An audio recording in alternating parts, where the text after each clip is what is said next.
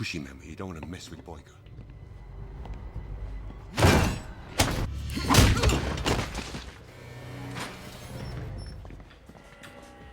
Boyka, huh? Now, what kind of bitch-ass name is that?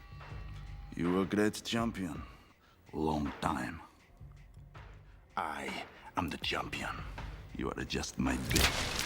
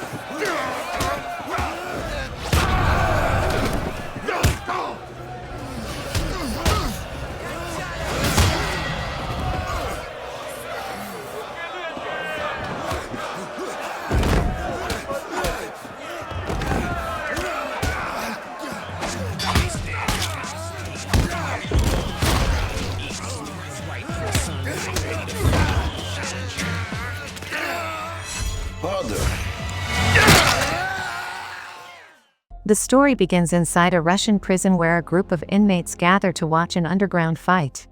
Yuri Boyka, the undefeated champion of the facility, faces a challenger named Orchestrated. The inmates bet on the outcome while the officials supervising the event allow the match to continue without restraint.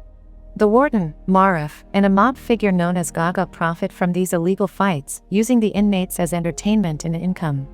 Boyka eventually defeats Davik, keeping his perfect record intact. But this early victory only sets the stage for the conflict that follows. Meanwhile, former heavyweight boxing champion George "Iceman" Chambers travels to Russia for a series of promotional appearances. His boxing career has declined, so he relies heavily on public engagements to maintain his income. After completing a commercial shoot, he returns to his hotel room expecting a quiet night. Instead, he is ambushed by several intruders who knock him unconscious. When police officers arrive, they claim to find a packet of cocaine hidden inside his Bible. Chambers denies any involvement, but he is arrested immediately. However, this arrest is only the first part of a much larger setup. Chambers is transported to a remote Russian prison where he is processed and introduced to the environment. Boyka observes his arrival with hostility, identifying Chambers as a potential threat. Warden Marif welcomes him and explains that the prison houses fighters who compete in underground matches. Chambers shows no interest in participating, insisting his stay will be brief and that he expects the U.S. Embassy to intervene. But Chambers is not aware of how little control he has over his situation yet. When ordered to take a shower, Chambers refuses, complaining that the water is freezing. The guards force him to comply, displaying the prison's strict authority. As he is escorted through the corridors, an inmate throws urine at him as a supposed gift from Boyka. Chambers reacts angrily but is restrained by the guards. He is later assigned a cellmate named Stephen Parker, a British addict imprisoned for drug-related charges. Stephen warns Chambers about the unwritten rules of the prison and advises him to adapt quickly. Still, Chambers believes none of this will matter once he is released. During lunchtime the next day, the inmates observe Chambers closely, aware of his fame outside prison walls. Chambers ignores their attention and continues eating. When Boyka enters the cafeteria, all prisoners stand in silence as a sign of respect, except Chambers. Boyka's associate approaches him aggressively, but Chambers reacts quickly and disables the man. Boyka then confronts Chambers directly, and the two engage briefly before the guards break them apart. This minor conflict begins a rivalry that will escalate rapidly. Later, Chambers meets with his manager, Phil, who explains that the U.S. Embassy is working on his case. He warns that the legal process may take up to a month. Chambers becomes frustrated and demands a well-known American lawyer. Phil promises to try, though he cannot guarantee results. Meanwhile, Gaga pays Marif to arrange a fight between Boyka and Chambers, revealing that Chambers' arrest was orchestrated specifically to bring him into the prison's underground fighting circuit. And for the first time, it becomes clear that Chambers' imprisonment was no accident. Boyka's men soon begin harassing Stephen in order to provoke Chambers. Chambers intervenes and defeats the attackers effortlessly.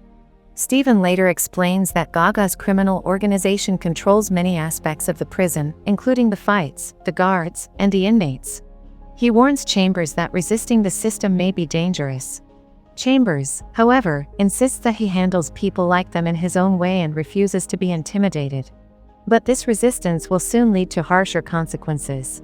Later that night, Chambers watches one of Boyka's fights to understand what he is up against. Boyka defeats his opponent with a combination of powerful strikes and grappling techniques, displaying a style far beyond standard boxing. After winning, Boyka openly challenges Chambers. Chambers remains silent, refusing to acknowledge the challenge. However, Boyka's insistence ensures that their paths will cross again. The next day, Warden Marif offers Chambers an early release in exchange for fighting Boyka. Chambers refuses, stating he wants to leave prison legally and not through forced participation in an illegal event. In retaliation, Marif assigns him to clean the prison sewers, one of the most degrading tasks available. As Chambers struggles with the job, the guards threaten him for not working fast enough. An elderly inmate in a wheelchair, known as Croat, intervenes and helps him complete the task. This unexpected support will later become important in Chambers' development. Stephen explains that Croat was a former elite soldier who attempted to escape the prison years earlier. During the attempt, he killed a guard, which resulted in a life sentence. Chambers listens but remains focused on clearing his own name. Stephen encourages him to fight Boyka to secure his release, but Chambers refuses again, still believing he can leave the prison without participating in the fights. Yet events continue, forcing him toward Boyka's arena. Soon after, Chambers is summoned to meet Gaga. Gaga tells him that the entire situation, including the arrest, was designed to bring him to the prison. He reveals that Phil has been cooperating with him for profit. Chambers feels betrayed by this revelation and realizes the system around him is corrupt from top to bottom. Gaga offers him one final chance to agree to the fight. Chambers, left without alternatives, understands that he has been maneuvered into a corner. And this realization marks the beginning of his decision to fight. Chambers begins training inside the prison yard, relying mostly on his boxing background. At the same time, Boyka intensifies his own training routine, refining his kicking combinations, grappling techniques, and overall stamina. The prison guards monitor both fighters closely, anticipating the profits the match will generate. While Chambers trains, Boyka's men pressure Stephen into helping them sabotage the match by drugging Chambers at a key moment. Stephen resists, but the threats against him escalate. And these preparations lead directly into the first scheduled fight between Chambers and Boyka. As the day of the fight approaches, tension inside the prison grows. The inmates discuss the upcoming match, aware that the clash between Chambers and Boyka will be the most anticipated event the facility has hosted. The guards prepare the underground arena, while Marif and Gaga finalize their arrangements for the betting pools.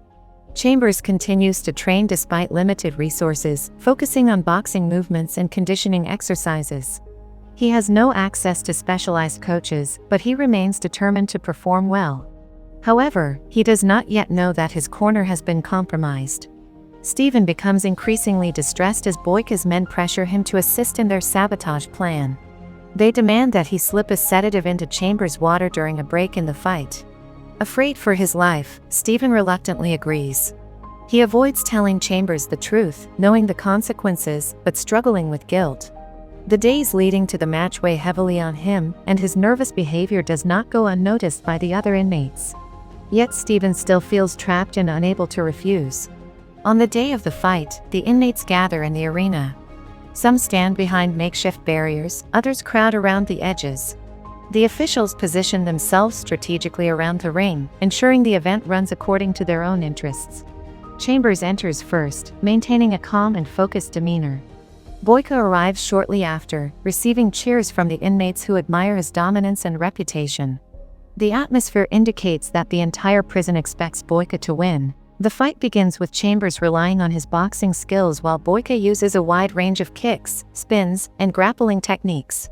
Chambers' footwork allows him to avoid some of Boyka's attacks, and he responds with powerful punches whenever there is an opening. Boyka seems surprised by Chambers' ability to adapt to his style, and the first round becomes more competitive than the spectators expected. Many inmates react with surprise as Chambers manages to withstand Boyka's aggressive pace. But the real turning point of the match occurs during the break. During the short interval between rounds, Stephen hands Chambers a bottle of water. Chambers drinks from it without suspicion, unaware that Stephen has added a sedative under pressure from Boyka's men. Stephen avoids eye contact, visibly shaken. Chambers returns to the ring for the second round, but the effects of the drug begin to take hold almost immediately. His vision blurs, his balance weakens, and his reactions slow significantly. Boyka notices the sudden change and increases his offense. This shift quickly turns the fight in Boyka's favor. As the sedative intensifies, Chambers struggles to defend himself. Boyka dominates the exchanges, landing kicks, takedowns, and strikes with increasing force. Chambers tries to stay upright, but his body fails to respond.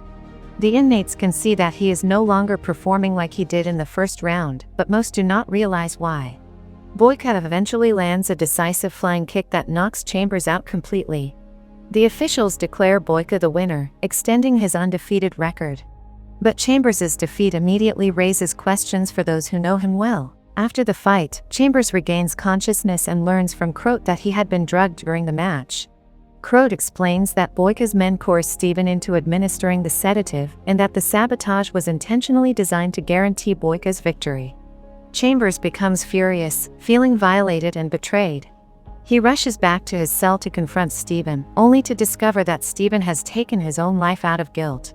A note apologizing for his actions lies beside him. This tragedy pushes Chambers to a breaking point. Chambers storms out of his cell and accuses Boyka of orchestrating the sabotage.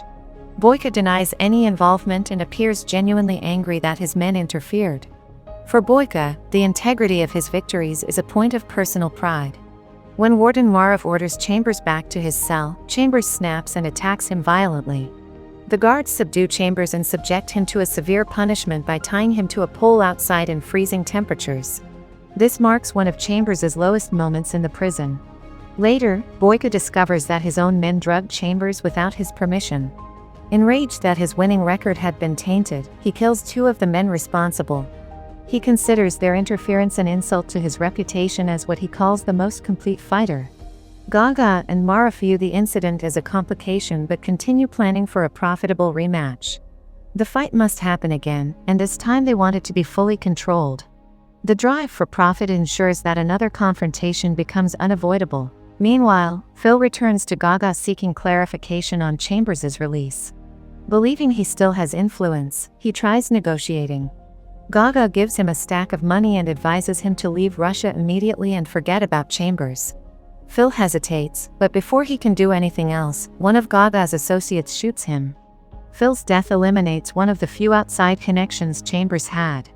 This further isolates Chambers inside the prison system. After recovering from the cold exposure punishment, Chambers begins reconsidering his situation. He understands that the only path to freedom now lies in a rematch with Boyka.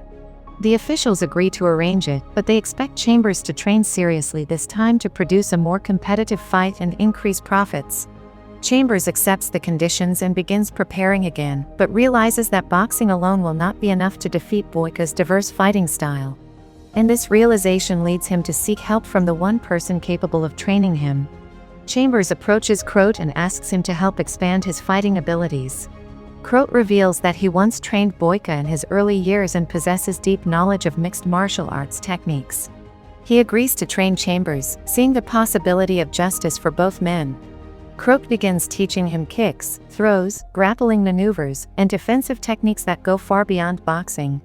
This new knowledge sets the foundation for Chambers' transformation as a fighter. Training intensifies over the following days.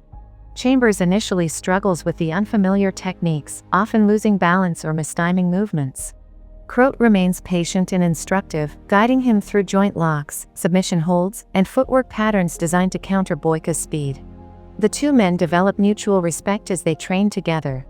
Chambers improves steadily, gaining confidence and understanding the structure of mixed martial arts. Their partnership changes the dynamic of the upcoming rematch. Croat teaches Chambers a particularly dangerous leg lock designed to end the fight quickly if applied correctly. He warns Chambers that Boyka will not submit and will continue fighting even while injured.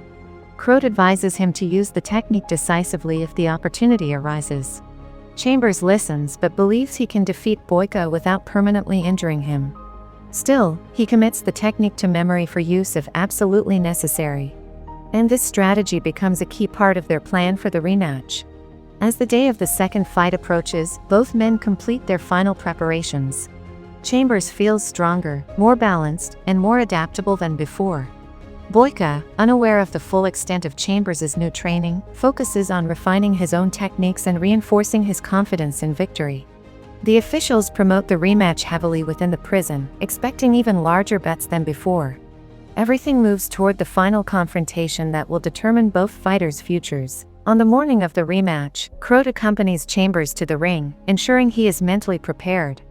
Boyka enters shortly afterward, drawing loud reactions from the inmates who expect him to win again. The environment signals that everyone anticipates a fierce contest. The fight begins with both men approaching cautiously. Chambers demonstrates more fluid movement than before, using improved footwork and defensive angles to avoid Boyka's initial kicks. Boyka attempts spinning attacks, but Chambers blocks several of them and responds with quick combinations. The audience reacts with surprise at Chambers' noticeable improvement.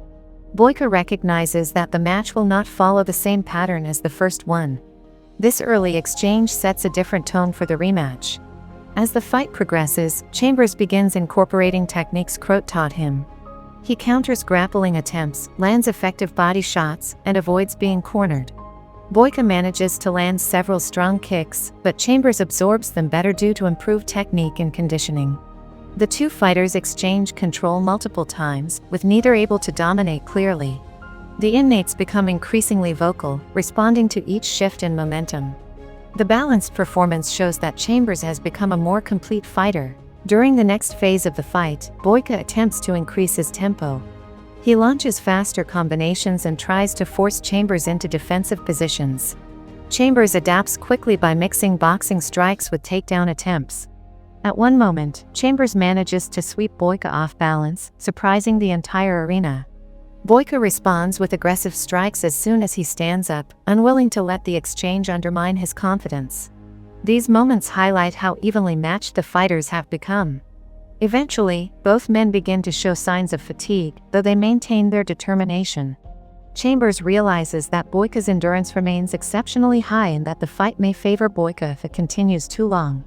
Croat's earlier warning comes to mind, reminding him that Boyka is unlikely to lose consciousness or submit voluntarily. Chambers evaluates his options during brief moments of distance, knowing that the next exchange could determine the outcome. This realization shifts his strategy.